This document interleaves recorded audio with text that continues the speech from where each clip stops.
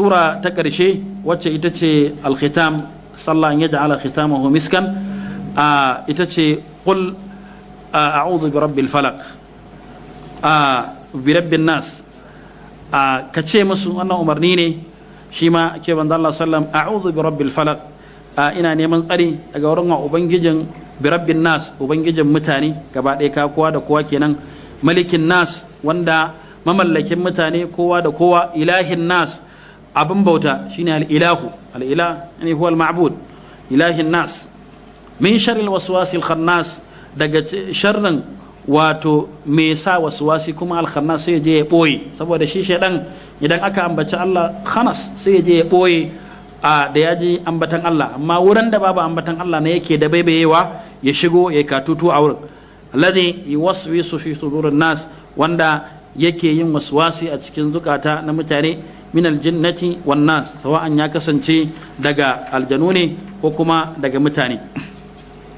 to wannan a farkon wannan sura zamu ga Allah madaukin sarki ya bude ta da cewa qul a'udhu shine neman mafaka da neman dogaro ga Allah kenan wanda shine ubangiji na mutane in aka ce rab yana daukar ma'anoni kwaya uku as-sayyidu wal maliku wal muslihu wato shugaba sannan mai mallaka komai da komai sannan al'amuran ma shi yake gyara su yake shirya kowa da kowa shine rabbin nas kenan wannan hadha alladhi taqtadihi rububiyya abinda rububiyya take nuna mana kenan malikin nas wanda komai da komai mulkin sa ne shi yayi halitta shi ya kirkire ta ya halicce mu da bayan ba a san da mu ba duk wani abu da muke gani na ni'ima Allah madaukakin sarki shine ya kawo shi to shi yasa Allah madaukakin sarki ne ya ce mana malikin nas kuma kun ga an ce malikin nas an keɓance shi da wannan mulki saboda girman Allah subhanahu wa ta'ala ya cancanci wannan mulki kuma nashi ne duk wani mulki in ba na Allah ba za ka ga mulki ne ta wani bangare bai samu cika irin yadda mulki na Allah ya cika ba sannan ila yadda muka fassara shine ma'bud wanda mutane suke bautawa shine ilahin nas min sharri waswasil khannas alwaswas alkhannas wanda yake sa mutane waswasi ya boye shine kaga shedan anan wanda yuwaswisu fi sudurin nas yana sanya waswasi a cikin zukatan mutane waɗansu suna tambaye cewa shin yuwaswisu fi sudurin nas faqat ko kuma hatta aljin suma ko magana da tafi shine a gaba ɗaya ta bangare guda biyu sawa'an fi sudurin nas wa fi sudurin aljin duk gaba ɗaya shedan yana sa waswasi dalilin wannan ko shine gashi a ƙarshe ya ce min aljinnati wan nas yana daga cikin abin da zamu lura da shi game da waɗannan ayi wannan ayi suna mana magana akan i'tisam wato mutum ya kokarin bawa kanshi kariya da kuma tahassun kan fitintunu waɗanda suke ga sunan daban-daban zamu ga suratul al-falaq ta fi karfafa magana akan musiba da za ta samu mutum kaga an ce bi rabbil falaq min sharri ma khalaq wa min sharri ghasiqin idha waqab za ka ga galibi abu ne da dan adam ba shi da ikon yayi wani abu akai ina fata mun gane shi yasa suke cewa galibi suratul falaq rakkazat ala sharri al masa'ib da za su ringa afkuwa masa'ibul layli wan nahar tawariqul layli wan nahar da dai shauransu amma suratul nas za mu ga abin da ta tarkizi akai shine me shine abin da ta safi ma'aib wani aibi da kai ne zaka jawo kanka kaga allazi waswisu fi sudurin nas kaga yana da alaka da kai min aljinnati wan nas sai ga kamar yana da alaka da sakaci da mutum zai yi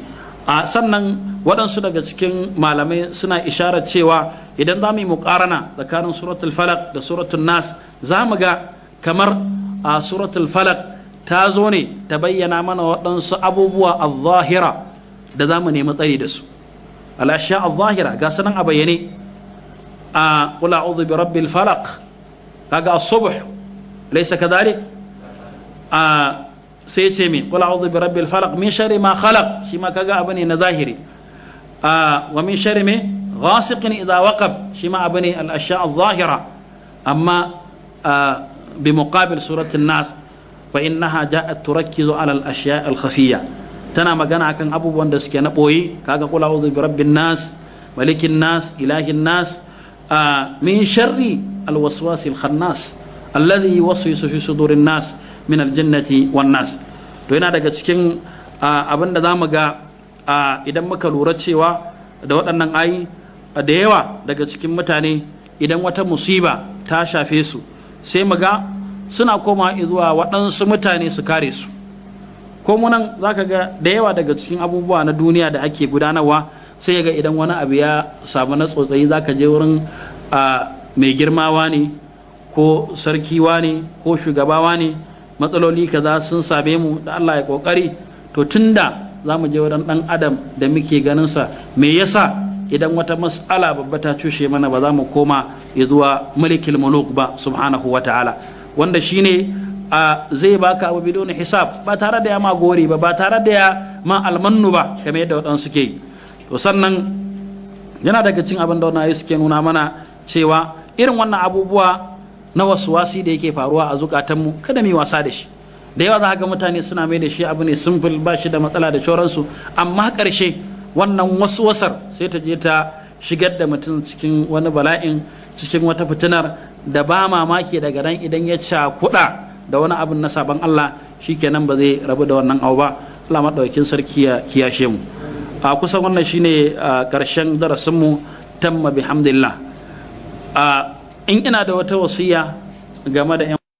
ba zai wuce wasiya guda biyu ba kacal, sannan sai in ba malam dama idan akwai wani mai tambaya ko wani abu na karar da mu, in akwai lokacin da ya ragu to faltatafaddalu. Wasiya ta farko, kamar yadda muka san abin da ya shafi Qur'ani shine littafin Allah. Wannan littafi na Allah subhanahu wa ta'ala, Allah maɗaukin sarki ya umarce mu da karanta shi kamar yadda muka karanta yanzu. Allah ya umarce mu da fassara shi mu gane kamar yadda muka yanzu. Allah ya umarce mu da lura da ma'anoninsa kamar yadda muka yanzu. To kusan duk abin da ɗan adam zai yi na irin wannan kokari da Allah maɗaukin sarki ya umarce shi da shi, babu ɗan adam ɗin da za a ce ya siffanta da siffatu kamal. Duk wanda ya da'a wannan ƙarya yake yi. Duk wanda ya zo ya ce ma ni abu kaza na from A to Z ya ce daidai ne, fa haza awwalul kadhibi, shine farkon makaryata. Dan ba mamaki kafin ya kawo ƙarshen maganar ta sai ka lissafa mai ƙarya wurin 80 ko sama da haka. To saboda haka duk wani aiki da ɗan adam zai yi ya atarihin naqs, ba maki akwai wani abu na tawaya da zai samu wannan aiki. Muna fata wannan muzakara da muraja'a da muka yi, idan akwai wani abu na kuskure da muka yi, Allah maɗaukin sarki ya fi mana. Abin da yake kuma muka yi na daidai, Allah maɗaukin sarki ya ba mu lada a cikin wannan aiki. Kuma kofar mu abu da take, karatu irin wannan mai yawa da ba mu saba da shi ba, tabbas ko su baki ko ma rashin fahimtar wani abu daidai mutum zai iya faɗa cikin kuskure. Saboda haka yana daga cikin amana tsakanina da duk wanda yake wurin nan, idan ya ji wani abu da ya na kuskure to ya faɗakar da ni, in ba haka ban abin ya zauna haka shi ma Allah sai ya kama shi, ni kuma Allah insha Allah zai yafe min da izinin Allah. Abu na biyu wanda shine na ƙarshe, a wannan karatun da muka yi, ina roƙo Allah maɗaukin sarki ya sanya albarka a ciki. Yana daga cikin wasiyar da zan muku, wacce na ce ita ce ta ƙarshe, gwargwadon yadda muka fassara ayoyin nan a takaice, gwargwadon yadda muka fahimce su, mu ƙara bibiyar su, mai muraja'a su, mu ma mai isar da su zuwa wani mu. Wannan amana ce. Duk abin da ka ɗauka na karatu, gwargwadon yadda ka fahimce shi, gwargwadon yadda ka lura da shi, kai ma ka je ka isa wani. Ba sai ka taro ɗalibai ba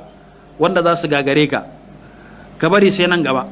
Ko a gidanka ka tara 'ya'yanka da matanka ka karantar da su qisarus suwar min ad-duha ila nas, ka karanta musu waɗannan surori, sannan ka bayyana musu ma'anar waɗannan surori, kai ma gwargwadon abin da ka fahimta a takaice. Idan kai haka sau ɗaya, sau biyu, sau uku, to da izinin Allah waɗannan surori za ka ji lokacin da ake karanta su da irin fahimtar da kai musu a da, yanzu ba irin wannan fahimtar bace. Ko yanzu wannan muraja'ar da muke da yawa,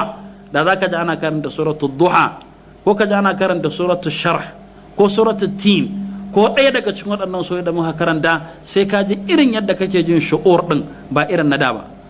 Ba ma ki da dinkim kake, ba wani labari. To amma yanzu ɗan haska ayoyin da aka yi,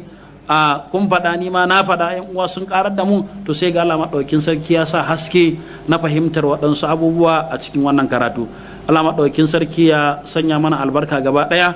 a waɗanda suka tsara wannan daura Allah maɗaukin sarki ya saka musu da alkhairi, kuma Allah ya yawaita mana irin wannan alkhairi. Kuma ina godiya ga Allah subhanahu wa ta'ala, sannan ina godiya gare su, kuma ina muku godiya kan zama da muka yi muka ɗauki wannan lokaci mai tsawo kusan awa 4 ko 5. A hakika an jajirce. Allah maɗaukin sarki ya saka wa kowa da alkhairi gaba ɗaya. Wassalamu alaikum wa rahmatullah.